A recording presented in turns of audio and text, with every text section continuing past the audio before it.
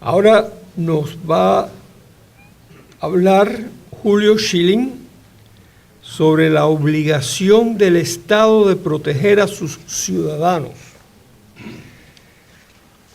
Y Julio, quien es el coordinador de este evento, tiene una maestría en Ciencias Políticas de la Universidad Internacional de la Florida, de Miami. Es miembro de la Asociación Norteamericana de Ciencias Políticas, de la Asociación Internacional de Ciencias Políticas y el Pen Club de Escritores Cubanos en el Exilio, politólogo, escritor y director del Foro Político y Publicación Digital Patria de Martí, autor de Dictaduras y sus Paradigmas, una obra política pormenorizada consistiendo de 2 tomos que estoy leyendo todavía, pero un gran trabajo. Y por el poco tiempo que lo he conocido, encuentro en él una persona que unifica capacidades de ideas con acción y representa una fuerza vital, como con todos nosotros, para impulsar el cambio en cuestiones que nos interesan. Así que, Julio, adelante. El podio es tuyo. Por esa introducción.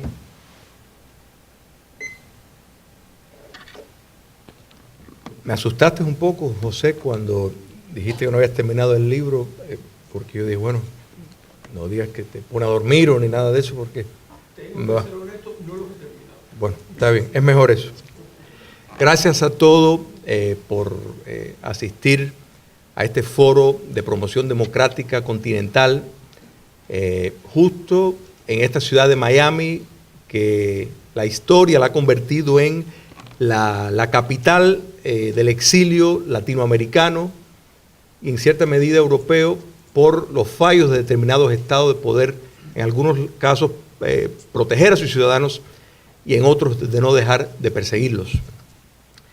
La doctrina de Betancourt es un principio, pero es un principio que tiene la buena fortuna de ser útil en lo abstracto y de ser útil en la práctica. En otras palabras, el concepto de no negociar con un régimen despótico no quedó en lo tangible. El presidente Betancourt lo implementó como política de Estado y para su gloria y para ejemplo, pagando un precio, porque sin lugar a duda se pagó un precio económico, lo hizo. La noción del derecho de rebelión es otro principio y yo apoyo la tesis de Santo Tomás de Aquino, de tiranicidio. El derecho de rebelión es otro principio que, de nuevo, no solo vive en lo abstracto, sino tiene su función en la práctica, y una función necesaria para los que creemos en la noción de que el individuo vale algo. Yo les quiero hablar de un concepto, la obligación o la responsabilidad del Estado de proteger a sus ciudadanos. Este concepto brota, tal como lo entendemos hoy en la modernidad, de la Cumbre Mundial del 2005, de las Naciones Unidas, una de las cumbres que más países estaban representados. En efecto, establecía la noción de que el Estado tiene una primacía en la responsabilidad de proteger a sus ciudadanos por encima de los derechos que tiene. En otras palabras, tiene más responsabilidad que derecho cuando se refiere a proteger a sus ciudadanos. Hay 3 pilares que sostienen este principio. El primero, el Estado tiene que impedir el genocidio, tiene que impedir crímenes de guerra, tiene que impedir depuración étnica y tiene que impedir crímenes de lesa humanidad. El segundo pilar, la comunidad internacional está obligada a ayudar a ese Estado a implementar esa responsabilidad. El tercer pilar obliga a la comunidad internacional a tomar acción si ese Estado deja de cumplir con esa responsabilidad. Yo quiero leer, para estar seguro que entendemos, que todos estamos hablando el mismo idioma, porque de nuevo, el lenguaje no podemos escatimar nunca en querer definir los términos. Crímenes de lesa humanidad. Y esto es, según lo define el Estatuto de la Corte Penal Internacional, del Estatuto de Roma. Comprende las conductas tipificadas como asesinato, exterminio, deportación o desplazamiento forzoso, tortura, violación, prostitución forzada, esterilización forzada y encarcelamiento, persecución por motivos políticos, religiosos, ideológicos, raciales, étnicos, de orientación sexual u otros definidos expresamente, desaparición forzada, secuestro, cualquier acto inhumano que cause graves sufrimientos o atente contra la salud mental o física de quien los sufre, siempre que dichas conductas se cometan como parte de un ataque generalizado sistémico contra una población civil y con conocimiento de dicho ataque por parte del Estado.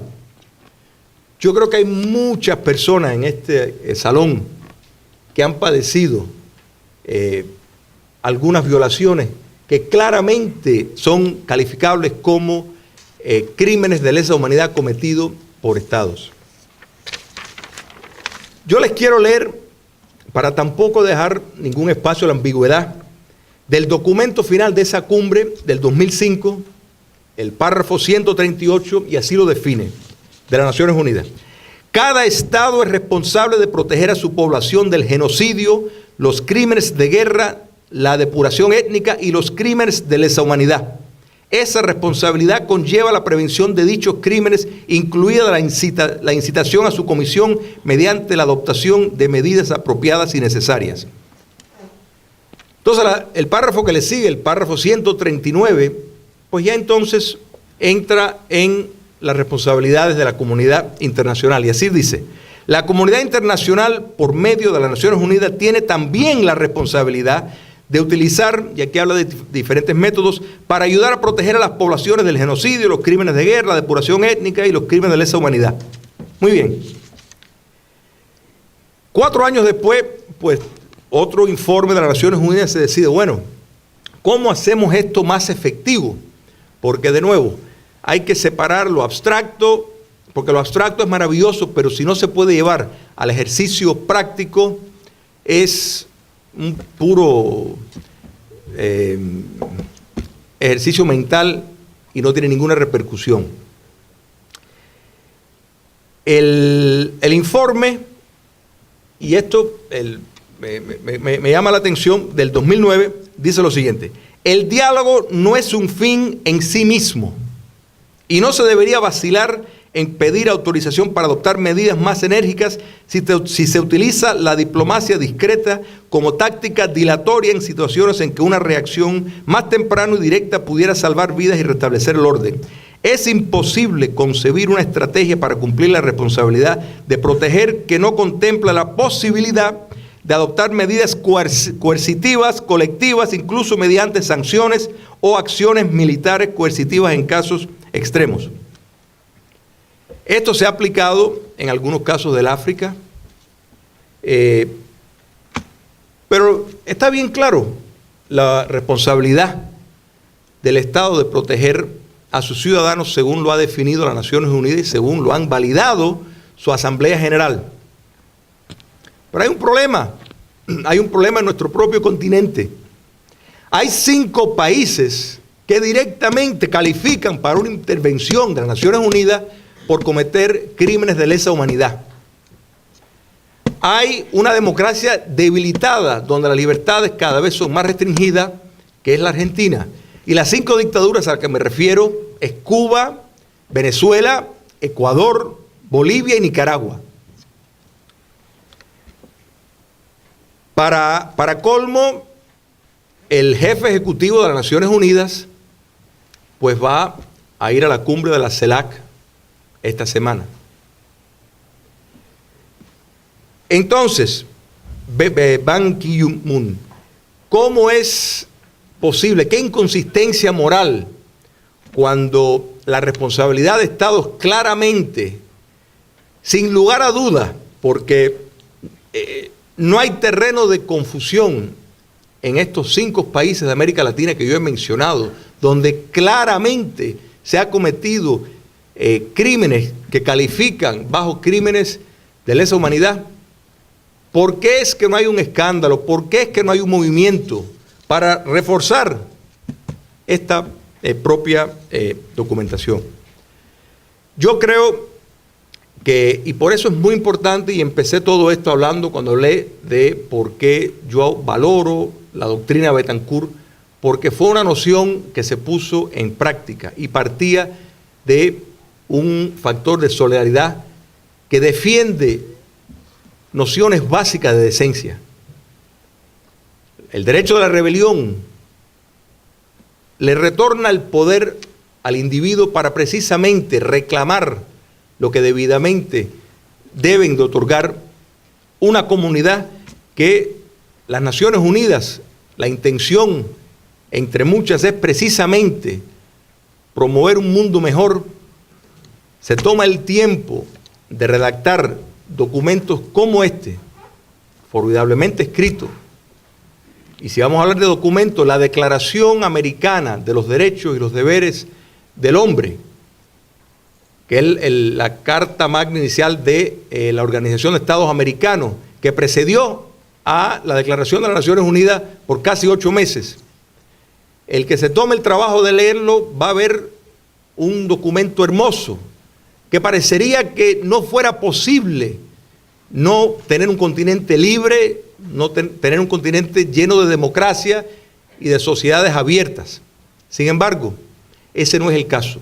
Entonces hay que partir desde la noción de que no solo es lo que se escribe, no solo es lo que se emite, y eso hay una clase política profesional que sabemos que es una industria que vive de eso, y esto no lo digo en un sentido pervertido. Yo creo que la realidad es que es una evasión de responsabilidad cuando no se busca precisamente reforzar documentos que estados se han suscrito y esos propios estados los están violando. Y quisiera, porque esto de 4 años, el informe a las Naciones Unidas 4 años después de la Cumbre Mundial del 2005, donde se redactó este principio, pues lo titula Hacer efectiva la responsabilidad de proteger. Hacer efectiva. En otras palabras, es como 4 años después se dan cuenta, bueno, esto está formidable, pero ¿cómo es que vamos a poner esto en práctica? En el 2011, pues vuelven a emitir otra, en efecto, para hacer efectivo lo que queremos hacer efectivo. Y hay un dato curioso en el párrafo 13, y dice así: más allá de las responsabilidades jurídicas del Estado, los individuos tienen una responsabilidad moral de proteger. En otras palabras, está transfiriendo esa misma obligación y esa misma responsabilidad de proteger a ciudadanos cómplices. Y sigo. Los crímenes masivos requieren en general la movilización de un gran número de personas, ya sean soldados o civiles, policías o asalariados, para atacar a sus vecinos e incluso a sus familiares con una crueldad e insensibilidad frías y calculadas. También requieren de espectadores que fingen no ver o escuchar la angustia. Por otro lado, ejercen una responsabilidad individual aquellos que se niegan a mirar hacia el otro lado o a participar, dan cobija a los más vulnerables, critican abiertamente la deshumanización de los grupos destitucionarios o defienden la dignidad y los derechos humanos. Debemos honrar y divulgar tales actos valorosos, así como aprender de ellos. Hannah Arendt, se le criticó mucho cuando escribió el juicio de Eichmann, porque después de su análisis, ella dijo, no es posible que el Holocausto hubiera ocurrido solo por el terror político del régimen genocida de los nazis. Hubo complicidad de la población civil. Si bien se puede argumentar que el terror tiene mucho que ver con eso, la criticaron mucho, pero hay una cierta responsabilidad colectiva y que como ciudadanos, toda sociedad civil, toda sociedad libre tiene que aceptar, porque es muy fácil, la verdad, decir, bueno, pero responsabilizar de una forma colectiva una acción, y me causa curiosidad que nada menos que las Naciones Unidas, bajo el principio de requerir al Estado que proteja a sus ciudadanos, pues unos años después, pues incluye que los ciudadanos también son responsables. Para concluir,